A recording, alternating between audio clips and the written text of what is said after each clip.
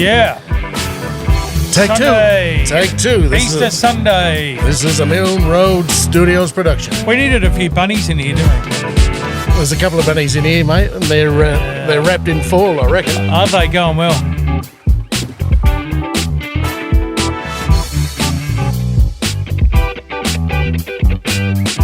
Easter Sunday, Ashman. Hey, everybody. Here we go. Easter Sunday, Ash. Here we are. All right, keep it down, you buggers. Welcome back, Shaunie. How are we? Yes, it is Easter Sunday. We've had the Easter eggs in the morning. We did have a barbecue before the podcast. Oh, how good was that? Best barbecue ever. Mate, they were IGA Redwood Park's super sausages. And their finest. They were pretty good. Oh, I reckon I might even come back again. All right, they might come out afterwards. But I might even come back again. What's been going on, mate? We've had this week, what's been going on? We've had no boats going around the bottom. No boats going around the bottom, plenty up the top. Plenty up the top. You're talking China? Ones that go underwater, or? Well, some above, some below is my understanding. And then the Yanks, they've decided to make it interesting. They apparently sent a couple of underwater ones towards the northern part of Australia, which sort of getting in that territory where the Chinese are, which, so, you know, they wanted to suss out what was going on up there, and that makes it interesting. Certainly a hot space at the moment, isn't it? Yeah. It's, every day you're getting an update about something, or a tariff, or I think the tariffs now in China have gone up now to 245. Yes, and the Chinese have reciprocated with 545. So it's isn't it crazy? Oh, you know, when does it finally settle down? What's the forecast?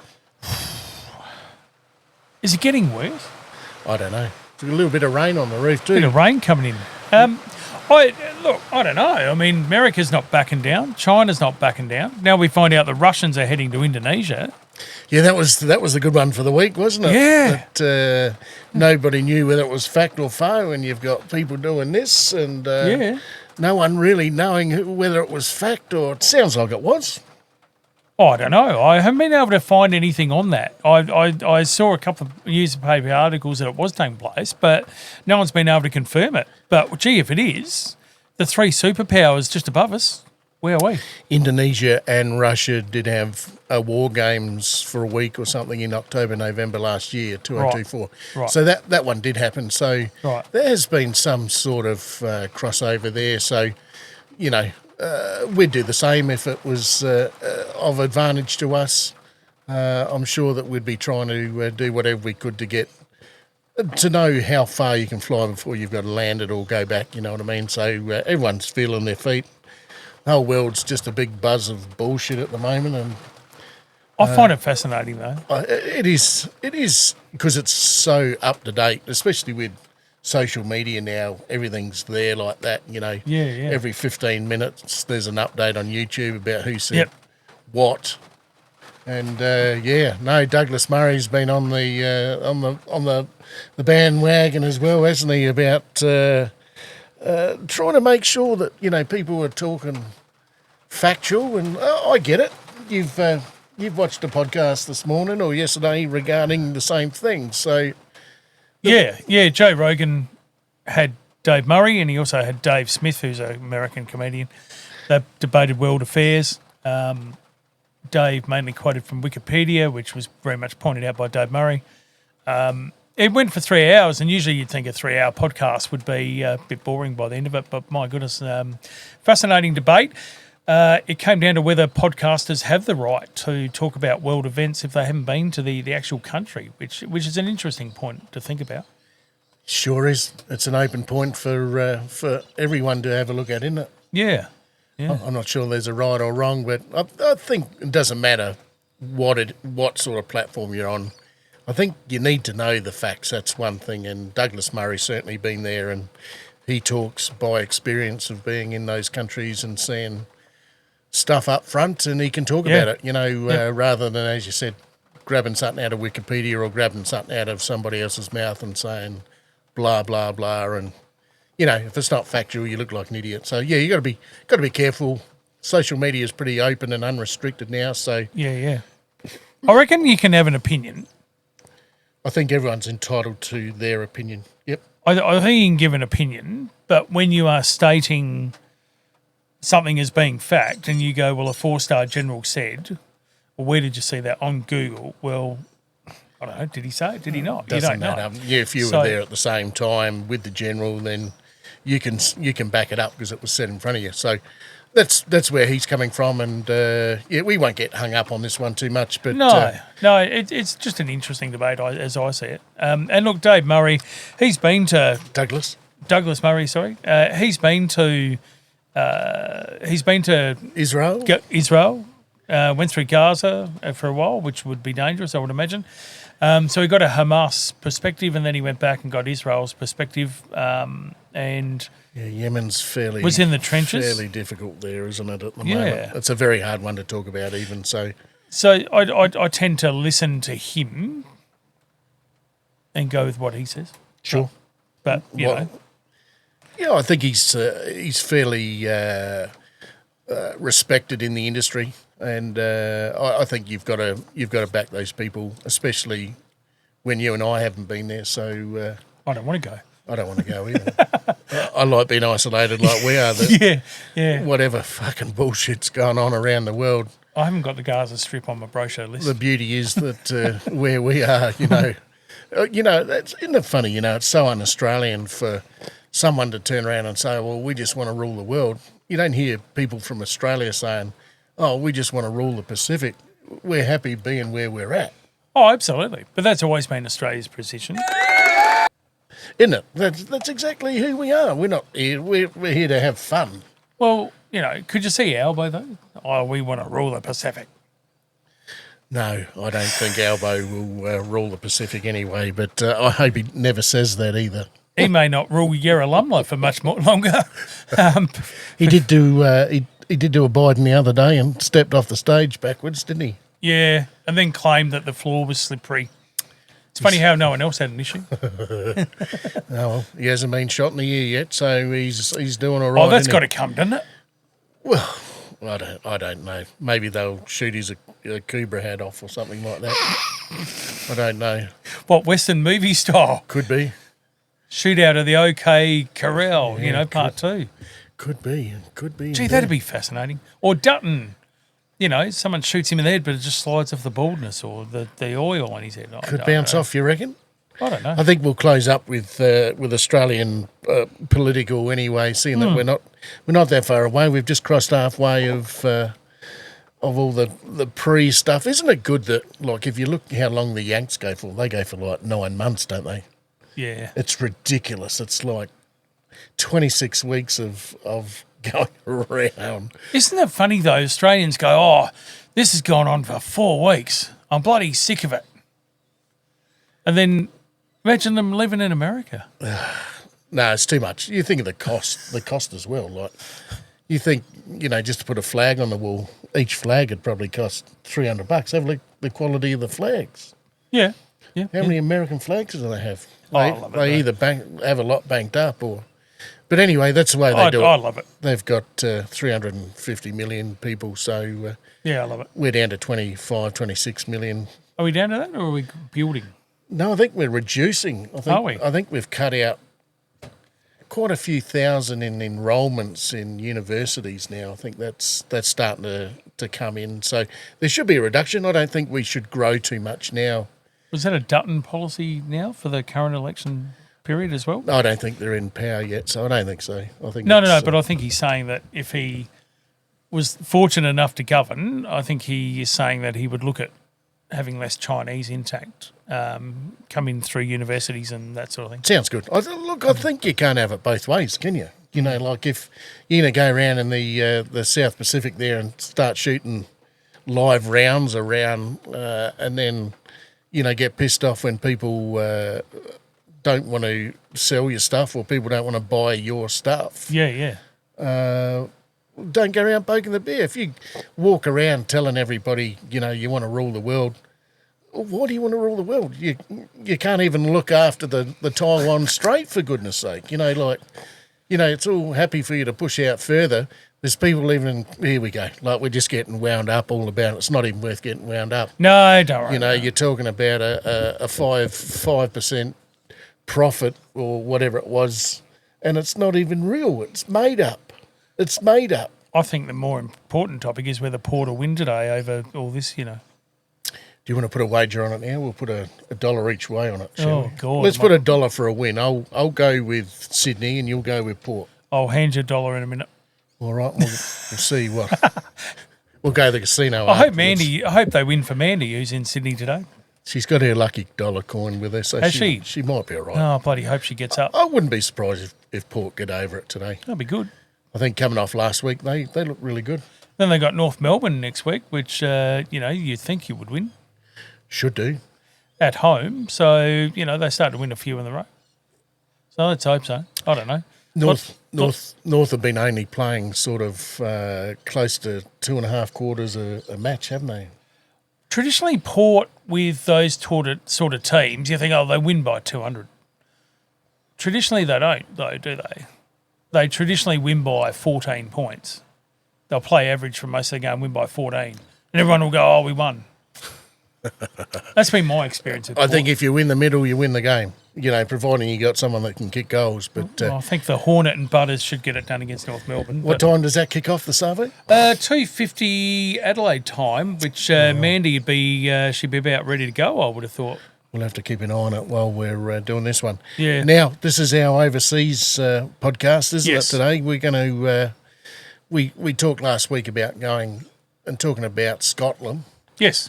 Scotland, London, Wales and Ireland. We've both been over to the UK. Yep. I haven't been to Scotland. Tell everyone a little bit about Scotland.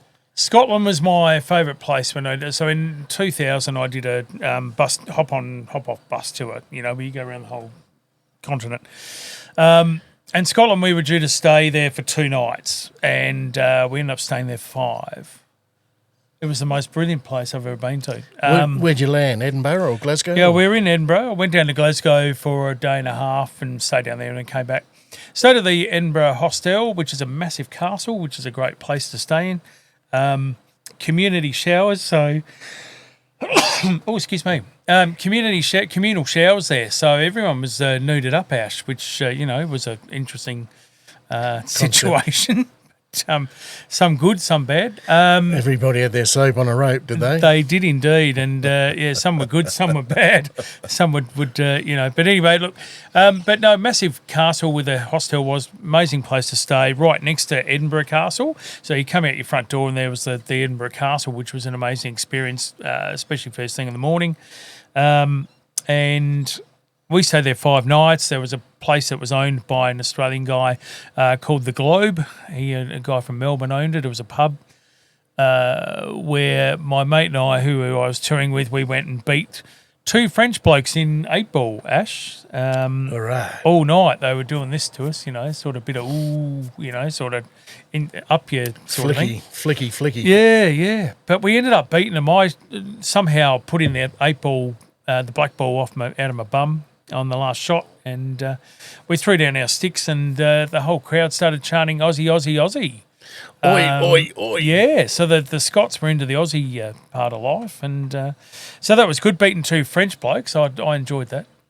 Oh, Jimmy Barnes, was he from Glasgow?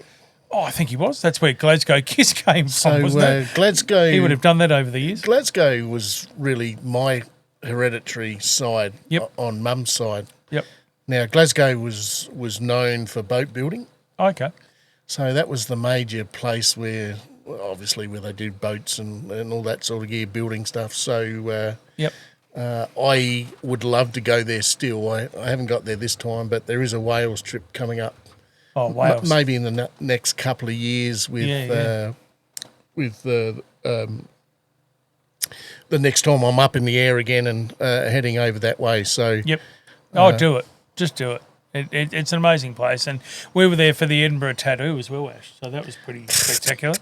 Yeah, bit of bagpipes and everything. It was. It's pretty cool, isn't it? Did all the drummers come out?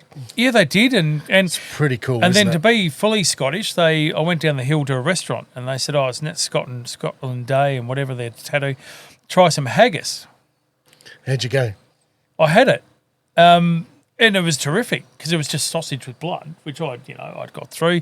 The guy I was with was a bit of a weak ass, so he decided not to partake. But the thing that we did, the local bloke said, "Well, no, you don't have it just on your plate, mate. You won't get through that. You'll hate it. Mix it in with mashed potato." So that sort of soaks up all the blood, does it? Yeah. What's the blood like? A broth, is it? Yeah, it is, yeah. And so he brought out this pile of mashed potato with it sitting on top. And when I first saw it, I thought, oh, shit, I'm not sure I can do this. But then he said, no, stir it in. So I stirred it in and we had a couple of beers with us, even though I think it was 9 o'clock in the morning.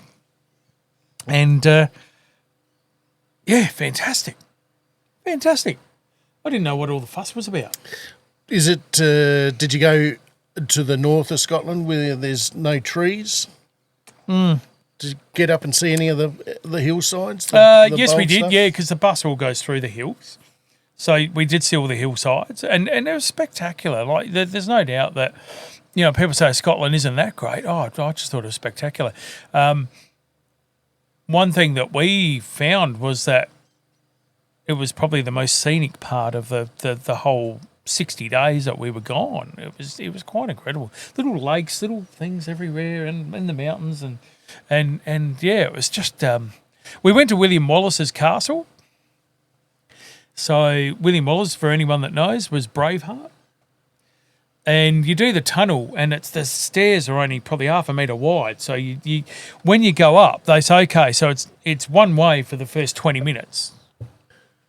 Keep going. So it's one way for the first 20 minutes because no one can come down or up. Because you've only got You only got 500 metres. so wide. What's the drop-off next to it? Oh, you're just covered by walls you're just the whole wall, way out. okay. Wall, so that you can't go up and down. Claustrophobic? Yeah, it is. Yeah, and I look at it again. I didn't. I thought it was fantastic. And then when you come back down, and there's this statue just off to the side. I thought, I wonder what that is. So I went over and had a look, and the tour guy said, no, that's William Wallace. Now, no one knows this. Well, not many people know. Obviously, some would. But William Wallace was the exact same height as Mel Gibson. Is that right? Yes. All right. Did he have long hair like the movie? Yes, he did. Yeah. They showed you what Was he it good- originally looked like. Good-looking rooster? Or? I found him William? attractive. Yeah, no, William was attractive. Lots of muscles, obviously, as you expect. But, he... I didn't know that fact, but he was the exact same height as Mel Gibson. So He did. amazing casting. He did die a terrible death, didn't he? Hook up the bum. Yeah, Didn't they pull him apart on the with the horses? yeah, they did. So you'd think small heart attack, whatever, die, pass away in your sleep. Worst, car accident, no good. Or shark attack? Shark attack, car accident, shark attack. Or total dismemberment? Or total dismemberment. I reckon that'd be. I'll take the guillotine, thanks.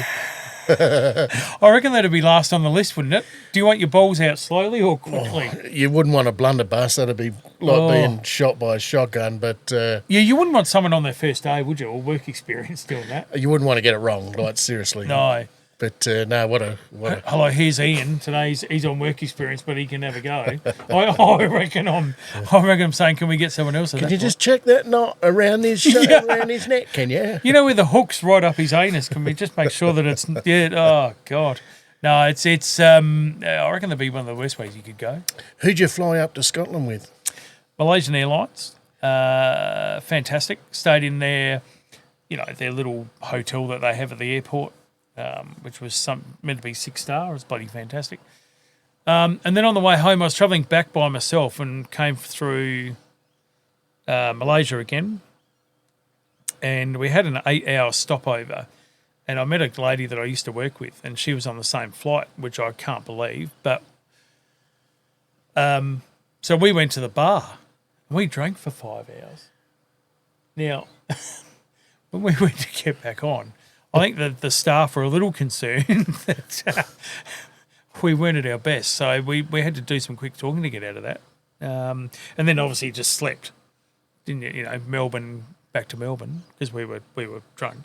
Probably, but but Malaysia was great airline before it went missing. I mean, I'm talking about way before it went missing and took off into into the Western Australian Ocean, into the Pacific. But I liked them. I thought they were very good. Yeah, I know Glenn Campbell's from Scotland. He's a blue and whiter. So Is he? He took a few of the infield armour shirts over there for his cousins. So He took the high road, then he took the low road. good on you, old mate. That was that was good. So no, I'd still like to get up there. That's one of the things that's close. If Caitlin goes back to England to live, then it's certainly not far from there. And I know I'll get back to Liverpool again and see Justin Hopper. So it's a must-do. But you're also saying, did you go to Wales? Wales, yeah. So I went to Abergavenny. Now you're going to say, well, where's that? It sits above Cardiff. Mm-hmm. So it's up on the hill. And so you look over Cardiff. And we had 2-3 days there in Wales. Terrific experience again. We walked up the back of a hill, just went to go for a walk, about 10 of us, and we looked over the hill.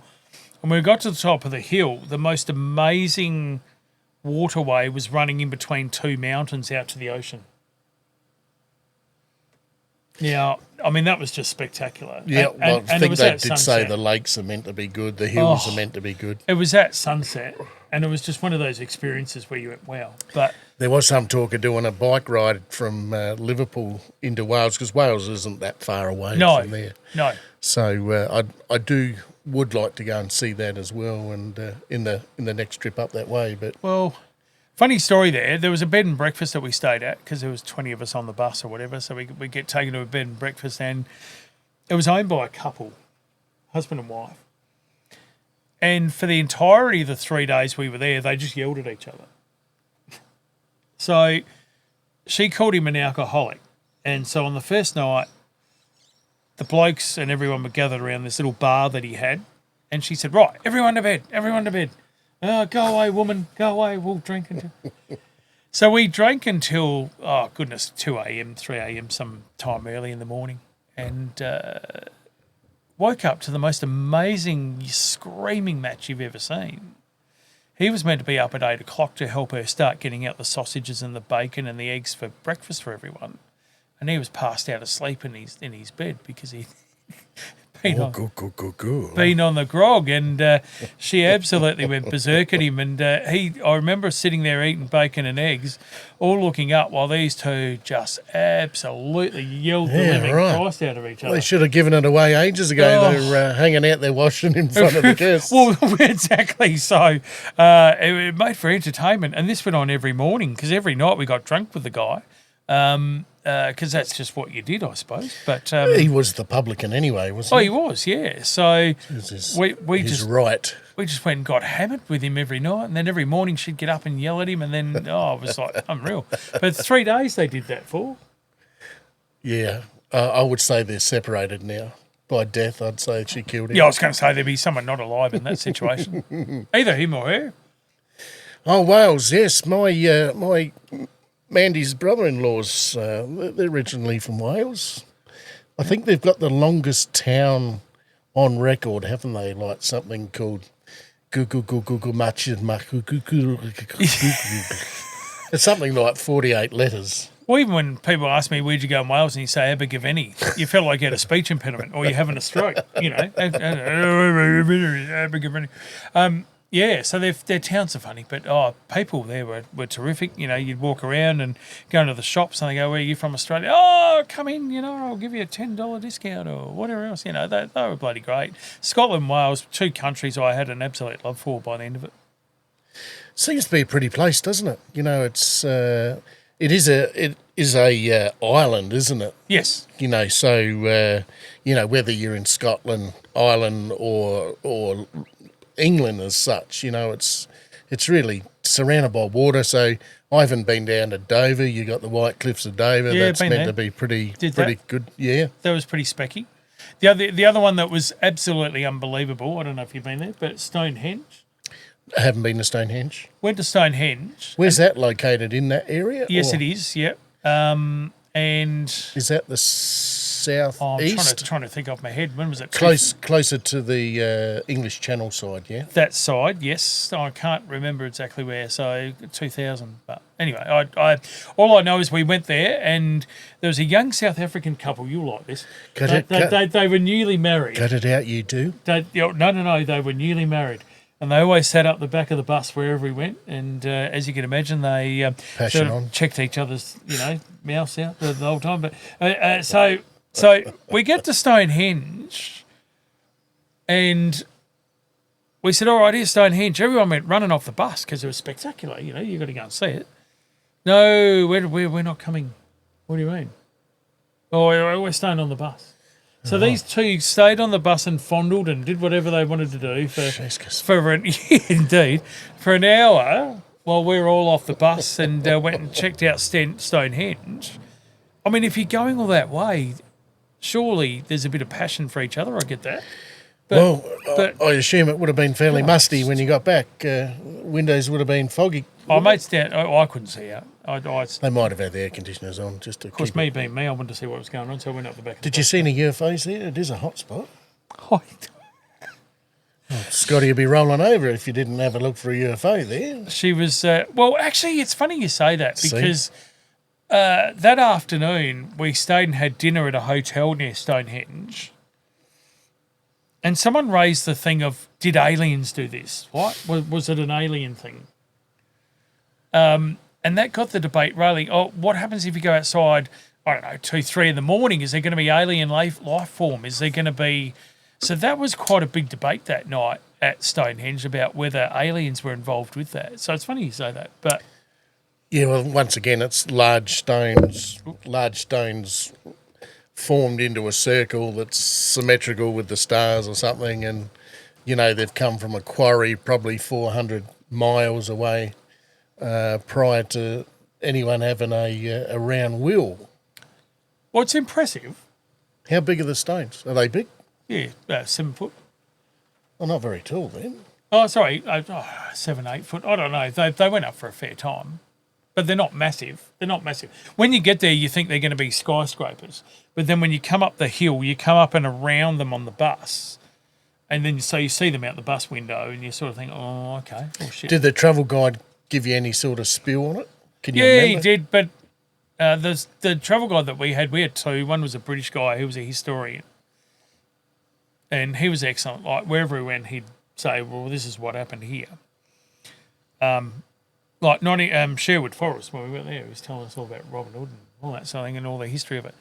But he stole from the rich to give to the poor, didn't he? He did, yeah, a bit like Albo. If you listen to Albo. But then the second guide we had for the second half of the tour, Albo's got stage fright anyway. He was a Scottish bloke. And the great Scotland, and he would drink 400 litres of beer a day and just drive us around. And so there wasn't much historical sort of information that came. But at Stonehenge, they give you a book. When you got off the bus, they gave you this book and they said, read the book. And there was one of those, those when you do tourist things where you put the headphones in. Yeah. And you walk around. Yeah. The tape player, they sort of had We did that in Alcatraz. Yeah, that's good. Yeah, so they had one of them on at Stonehenge. So you sort of walked around listening to that. And then... So they did that as well. So you knew the history of it. Amazing thing to do. Like a lot of people said, oh, Stonehenge, what? But I found an amazing thing to do. Like I sort of thought this is one of the highlights of things that I saw. The other one was William Wallace's castle. I thought that was pretty impressive. That was quite a highlight. Oh, the great William Wallace. Yeah. I yelled out freedom while I was there and everyone just looked at me like I was a dickhead. But actually, the other thing we did in Scotland, I think I've told you this, but we wore Jimmy hats one day at the Edinburgh Castle. What's a Jimmy hat? So Jimmy hat's your traditional sort of hat with a pom-pom on it. And then... It's got the red hair. And it has the red hair hanging out. So I wore that at Edinburgh Castle one day with a guy from Perth and we were walking around and we'd come back down and the West Australian guy goes, oh, this is brilliant. Shaun, and I said, what's this? He said, well, look at the busload of Japanese just pulled up. So we put our hats on and we come out in front of the Japanese and they're all rushing off the bus, taking photos. Oh, my God, Scottish, Scotland. There's a fucking garden gnome running around. He's a Scottish garden gnome. Well, I was about the right height for a garden gnome. And So we go, he goes, let's shock him. And I said, what do you mean? He said, let's whip it off. So we pulled it by the pom-pom off. And then our normal head was there with no, so the red air went, the hat went. And they were so pissed off, these Japanese people. They thought they'd found traditional. You're not real. Yeah, we're not real. So that was quite a funny moment because they actually thought we were true traditional Scottish blokes with red hair. So that was the last day in Dublin, Andy, man, Cato's fella, he ended up chucking a Jimmy on me there and getting a photo in Dublin. Yeah, I've always wanted to do Ireland. Yeah, well, I've only done it once. We did spend about 5 days over there, and we landed in Dublin. So we ended up taking off from City Airport in London. Yep. Have you ever flown into there? It's just it's just a strip, and you know how dense it is in London itself. Yep. And you've just got this double runway, taking off and landing there, and sure enough, it's a pretty quick flight. They're only flying smaller planes like the A320s, and the Fokkers. So you're not getting big A350s and all that in there. F-27s? No. So no, the Fokker F-27. Yeah. Oh, right, okay. Yeah, man used to fly them. Yeah, they've. That's the first time I'd been on one of them. We took off in a traditional jet. Yep. And it was an Airbus or a Boeing or whatever it was, just a small one, and might have even only had 2 seats on each side. It wasn't very big. Anyway, it was only a quick hour flight over to Dublin. It was only 50 minutes or whatever it was. So by the time we got up, you're almost descending to come down the other side. And, Adelaide, Melbourne, sort of. And once you go across there, it's green again. Like you think, oh my God, and it was raining and didn't matter, but. We had a hire car there, and we didn't go down to Cork. We went straight across. So we really only did Northern Ireland. And it was, if I remember, it might have been a 4-hour direct drive straight across. Right, okay. And we ended up in this town, I can't even remember what it's called now. No, I can't even remember. Donegal, I think. Oh, yeah. So footballers out of there. They got a beautiful pub there, and looking from the road, it just looks like 2 or 3 little old windows with just cross plates in it, and you walk in this whole village under the main roof. That'd be amazing. And you think, it's just a little bar where they're playing music in the front there, and then you walk through. And then it's got a cobblestone road that goes down the road. And then it's got a bar down there. It's got a bar up the top. And then you go to the formal room. Then out the back it's got, like an outdoor room that's in room. Wow. And you think, oh, my God. So we were there till midnight, because they have live, their island's all about singing and after dark there. And we were singing all night. We had the times of our lives. It was day one in Ireland, and we'd driven for 4 hours and got over there, and we just sat in the pub drinking beers all night. It was excellent. Aren't they the best experiences? That when I went to the Globe in Scotland, you finish the night, you're as tanked as anything, right? You can hardly stand up. And you're all standing. I remembered at the Globe, everyone was arm in arm, singing. Oh, you were best mates at the end of the night. And you were singing, and you get, and then they'd say, we'll see you tomorrow night, we'll do this again. And you think, Jesus, how am I going to get up for tomorrow night? Just squeeze the liver out again. Sorry for swearing there, for using the great man's name on Easter, but they're the best experiences, aren't they? You never forget it. It was so good. Next day you get up with a bit of a sore head, get the suitcases back in the car, and up again we drove right up to the far northwest Cape, where you couldn't go any further. And we did this walk up there, and it was fairly elevated. And I would think that you had all the blue water down there, and you had to walk.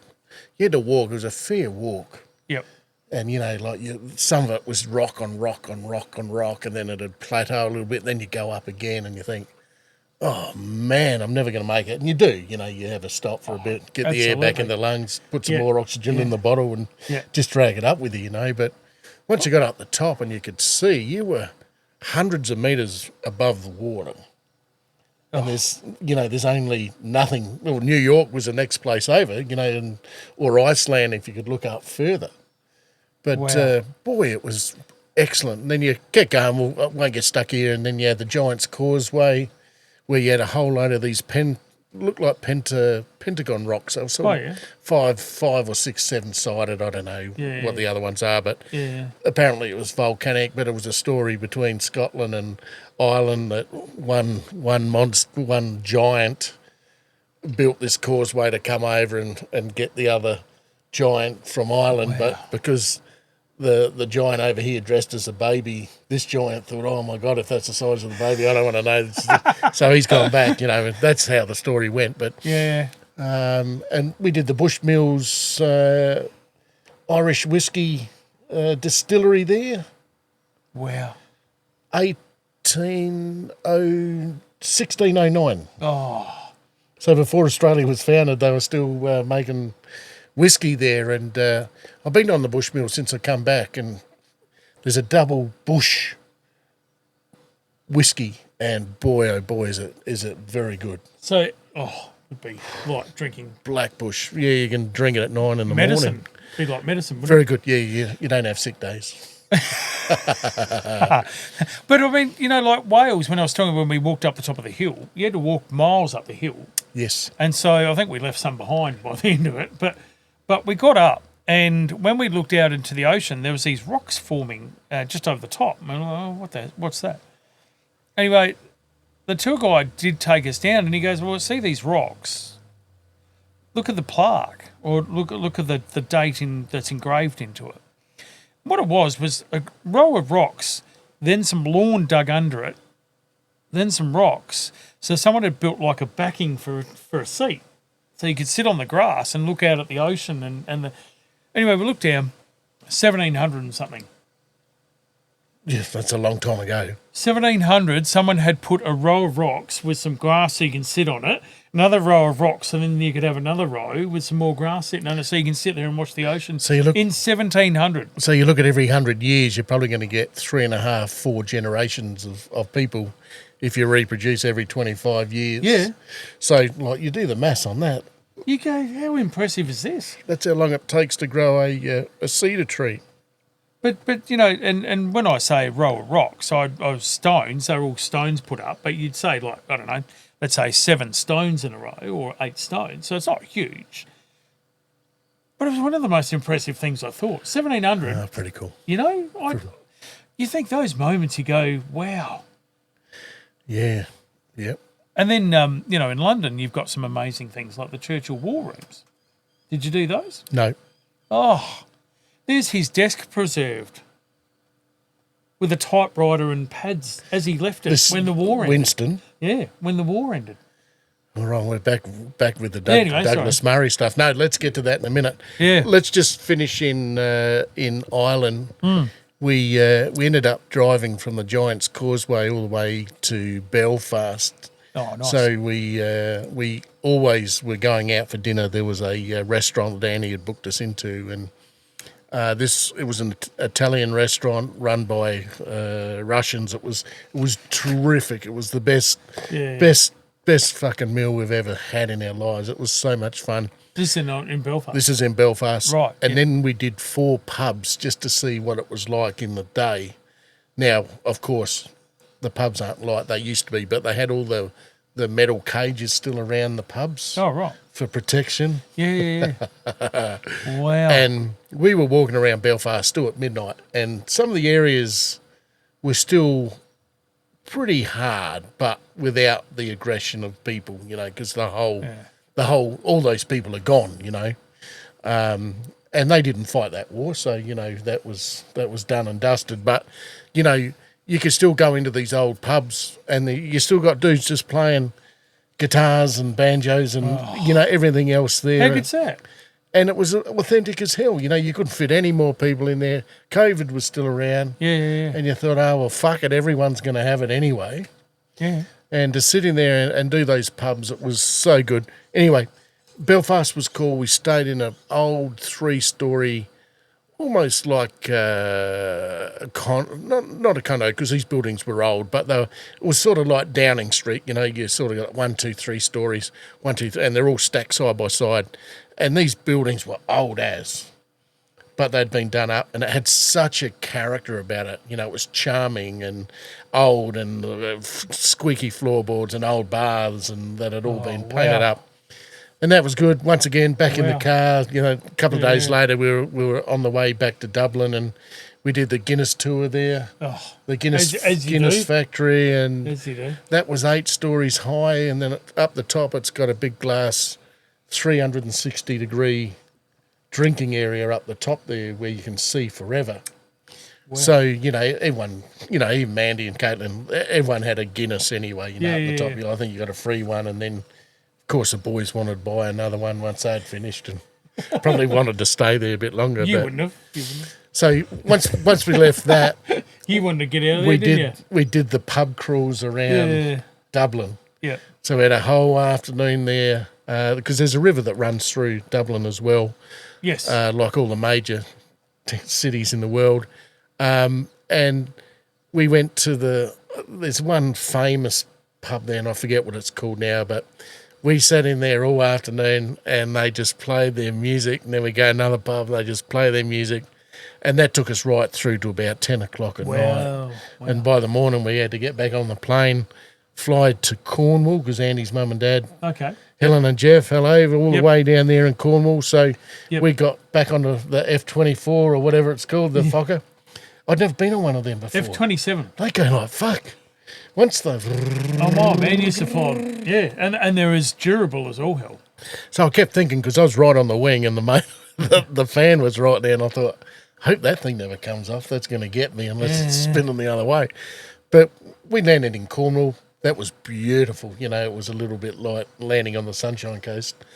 And then we had a ride organised. We get in the car there, and we're all driving all the way to Cornwall, which wasn't far because they stay in. They got a place in Ports Catho.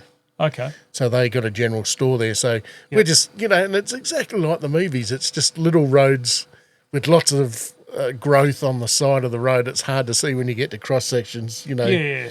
You know, by the time we got there, we had 3 days there. It was fantastic. We had meals in the old pub up there, and we went for walks, and just a beautiful place. And the other thing I wanted to talk about in London is the high-speed trains everywhere. Oh, you know, anywhere in Europe, you know, you've got trains. We've got one train that goes to Melbourne. We've got one train from Melbourne to Sydney. We got, you know what I mean? But we haven't got those bullet trains that go, they're not a total bullet train, but they're doing... Mind the gap. But to get on those trains and sit there, we did 300 kilometres an hour. And when the train comes up alongside the highways, you can see how much faster than the 110 or 120 kilometre hour, you know, the trucks are doing on the side of the road. And you go past them like that, and you think, oh, how cool is this? Well, I did the train from Edinburgh to Glasgow, and then Glasgow back to Edinburgh through the forest, through the hills. Yeah, nice. And that was outstanding. But like you're saying, you'd go past a truck. You'd leave it in on the highway, and it's just gone. And you go, well, shit, we must be moving. Yeah. But they said you could take the bus and you'll be there in, I don't know, say 2-3 hours, whatever it was. The train, they said, it's $20 more. Fuck. 20 pounds more. Luxury seating. And You've you're got there all that room. You can get up and move. And you're there in 40 minutes. Oh, fuck oath. And, like, to get through customs, it's a shitload easier. Like, it's just a scanner now, especially if you're going to Paris or whatever. But we got the train from London to Paris. And to go through the scanners was just a piece of piss. You know, if you had to go to the airport, then you had to book all your luggage in. It was a pain in the ass where, you know, when we went to Paris, it was still, let's say it was a 3-hour train ride from London to Paris itself. But you could sit up there and grab Heinekens and move around. You know, they had a beer card in there and all that sort of gear. Oh. And then the same thing from there. We did Paris to Barcelona. That was a 6-hour train ride. But that was a train ride through France. World War II went through there, and you think, how beautiful is this? Incredible. And I did like Barcelona. Barcelona was a real... I wanted to go to Spain, and I wanted to go to Germany as well, and France. I never got there. But the guy that I was travelling with, oh, no, I think we'll just stay in the hostel today. You know, in Manchester, a group of them said, we want to go to Germany today. We're going to get on an EasyJet flight. At least it's quick, isn't it? Fly there and back, you know. Oh, awesome. Go and put my clothes on, you know, let's go to Germany. Oh, no, I think I'll stay here. Well, so it's a shame. I was an it? idiot, and I'd go, well, okay, I'll stay here with you. I can't leave you. I'll stay here with you. And I bloody wish I'd just said to him, no, well, stuff you. I'm going with the other mob. Because it was during the 2000 Olympics. I don't know if you remember that much from Sydney. Yeah. So that was on at the time when I was in England, and he wanted to sit and watch the Olympics. You're in another country. You've got Europe as your oyster. What are you doing sitting watching the Sydney Olympics? You know, I never got that. But yeah, but the other one that he made me do, and I was really upset, was that there was a train that went from Manchester all the way back to London, and it took an hour and a half. And he said, no, I want to go on the bus and see the sights. Okay, on the bus. And we're on the bus for 7-8 hours, like a Melbourne Adelaide bus I couldn't trip. do a fucking bus. And I absolutely hated that. And so I think if I go to Europe next time, I'm just going to say, look, I'm doing it my way. Do it on the trains. I would do the trains over everything. You know, if we had trains to the volume in Australia that you got over in England, or Europe, let's just say Europe. Geez, the trains were perfect. You know, they were fast, they were clean, they were quick. Do you need another beer? No, I've got one, thanks. But it was. Might need another one in a minute. It was. It was such. I remember going from Paris to Barcelona there, and I said to Manny, "I'm just going to go out and see if they got a watering hole up the top there." And sure enough, I found it there, and you could have gone all the way back, but I just sat there in that area. Because they just had glass everywhere, and they, you could bars that were running parallel with the train. You could just sit there and, watch the world go by, and just sit there drinking 22-ounce Heinekens. It was so good. Oh, I did that in Liverpool. There was a bar. G'day, Justin. Yes, g'day, Justin. Don't know you, but you're doing great work, mate. Milne Road Studios, Justin. There was a bar in Liverpool, and it had all the shipping come in and out. And someone said, you won't believe the amount of ships and boats you'll see in one day. This is down the Mersey? Down the Mersey. Yes, but sir. They said you will not believe it.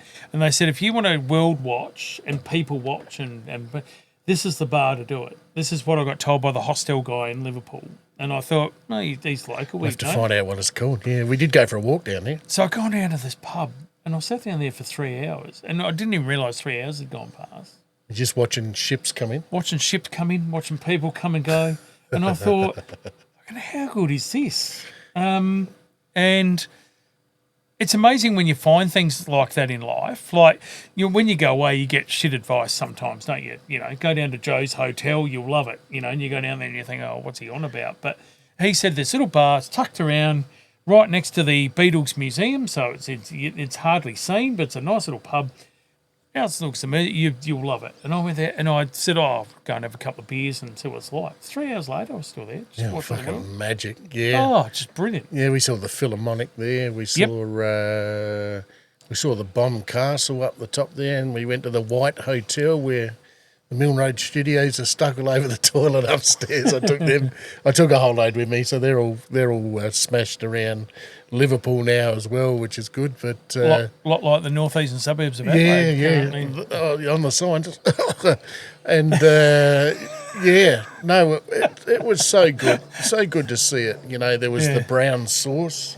Oh yeah. Did you have the brown sauce on a pasty? No, I didn't have that. So it's sort of doesn't sound too fun. Probably no. And looking at it, it's fucking brown. Like it was really shit brown too. It was just a terrible colour. And sure enough, on your pasty. Well, come on, Ash, eat your pasty. One of the other things in Liverpool, amazing place, Liverpool. I love it. G'day, Justin. We got to go to the Cavern Club with the Beatles first played. Yeah. Went inside. No one was in there. A couple of barmaids sort of watching. You got a story about? Yeah, go and tell it. So I come inside. My mate says, "Oh, can we have a soft drink because he didn't drink either. I don't know why I went with this bloke in the end, but anyway. I said, I'm having a pint. I'm going to have a pint in the Cavern Club. So I order a pint. The lady was, what do you want, love? Just a pint? Well, she said, we don't open for another half an hour. Where are you from? I said, Australia. Oh, look, I'll look after you. And this bloke goes, Australia. He said, do you want to tour the Cavern Club and look behind everything? Oh, okay, yeah, why wouldn't you? So there's two of us, and he took us behind the curtains and out into the dressing rooms where the Beatles first started. And engraved in the walls was Beatles, and I can't remember the year off the top of my head, so can't tell you that. But it had Beatles, John, Ringo, Paul. Who was the other one? Can't think off the top of my head. John. No, I mentioned John, but... John, Paul, Ringo, and... Anyway, whoever they were. They've engraved their names individually under the word Beatles with the year on it into the wood of this change room. And they wrote that on the first night they were there. Now, that's history. Yeah. Money can't buy that. And money can't buy your love. Well, exactly. Well, it couldn't that night either. But we did try. But when you looked at it, there's history in that wall. I haven't paid $1 to see that. This is some bloke saying, do you want to have a look out the back? I asked someone the other day. Incredible. Where the word Beatles came from. Oh, yeah. Have you got any idea? No. How did they come up with it? It's a beat. I always thought it was an insect. I thought maybe they had lots of beetles around. That's why but it was the beat. Is they that were right? the Beatles. Is that yeah, right? Yeah. Wow. Never knew that. I never knew it either, and I've only just learned that in the last 12 months. And it was funny, because I thought, obviously there's heaps of insects down near the water, down near the Mersey there. But sure enough, it was to do with the beat, the Beatles. Wow, I never knew that. But we're talking about life experiences the whole time when we do these podcasts, right? I go back and have a beer, and then some shit rock band starts at 5 o'clock that night on the stage. And it's only a tiny stage, it wasn't a big one. And they're playing, and they're absolutely doghouse. They were the worst band I'd ever seen live in my born natural days. But, however, I've been backstage, seen where the Beatles have engraved their names into the wood, had several pints while I'm sitting there watching a band in the Cavern Club. Like those life moments where you go... No, that's right. We'll never be the same. The two of them are dead, aren't they? So. And then that night, went to Anfield. Ringo, did you to say watch Ringo? the Liverpool play. Oh, yeah, I think I did. I know, one of them, Ian. Went to Liverpool that night to Anfield, and we got to go and watch a Champions League game between Liverpool and Anderlecht, the Dutch team. So I'm putting that down as being a pretty good day. Yeah, we did the radio station, the big round one, the tower up the top. And, Yeah. No, it was an absolute blast. We did so much in one day. We'll talk about that again. Yeah. We're getting up towards the hour. We're going to run out of camera in a minute. Yep. Just in finishing this one, let's talk just quickly about we've got a vote in the next couple of weeks. Yes. It's tied at the moment, they reckon, on 33 each. Primary vote, Yeah, primary vote, and then we'll have to see what happens with the 53-47, two-party preferred. So it's going to be close, isn't it? It's probably still going to be an elbow and Dutt's outcome. I'm going to put my dollar now on Dutton. I think there'll be a late swing over elbow. Ooh, 99. That's where I'm going to put Sorry, 2019, should I say? That's where I'm going to put my money. I think there'll be a high. late swing of people unsure what's what, and we'll have to wait and see on that one. But Well, they're saying 34% of people are now saying they'd say Labor, but they will still make their mind up the day before. So there's not a lot in. Very much similar to the voting and the polling that was done in 2019 with Morrison, where Shorten went and measured up the curtains and the furniture with his missus and thought they were going to move in the following week, and he got done where he thought he was home and hosed. But a lot of the polling, if you look at that, is so similar to 2019. So have we got a Dutton miracle? What did Morrison call it? The miracle? the miracle. I've always believed in miracles. Perhaps we have Dutton doing the same on the anyway. All right, young Shawnee, thanks for our overseas tour podcast. We're going to have to wind it up. Outstanding. Thank you. The camera's clocked at an hour at the minute. Yeah. So we'll wind that up. Will do. Great to hear the stories, and we'll come back again on the next one with a whole new title again. But I like these little short hour ones. They're a lot of fun, and happy Easter to your family. And happy Easter to yours. Go Mandy at Sydney. Go Port tonight and see who wins. So at the moment, I got my dollar on Sydney. You got your dollar on Port. Porties. I'll give that to you in a minute when we're off air. We'll see where it goes. So happy Easter, everybody. Happy Easter, everyone. Thanks, Shawnee. Take care. We'll Thanks, Ashman. see you at the next one. Good fun. Cheers. Bye. See you, bud. Bye.